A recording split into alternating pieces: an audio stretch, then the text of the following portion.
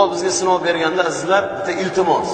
Sizlarga bir qadrdon sifatida, do'st sifatida, iymondosh bir ukangiz sifatida juda mana shu so'zga ehtiyot bo'laylik.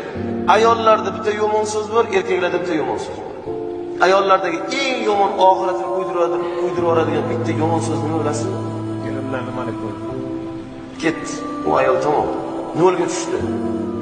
Ikkinchisi, erkaklardagi eng yomon narsa Allohning g'azabini keltiradigan, "Ey Xudo, nima uchun meni sinayapsan?" dedim. Erkakdan chiqadi. Nimaga menga, kelib mengami, falonchigami, akangami, ukam, nimaga menga hamma og'irlik menga oilada?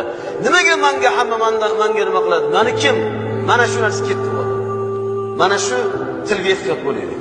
Agar yurakdan, qalbdan chiqib qolsa, odam chiragani mana shu bo'ladi. Shuning uchun ehtiyot bo'laylik. Allohdan savob umidida sabr qilsak, qiyomatda hamma havas qiladigan maqomlar beriladi.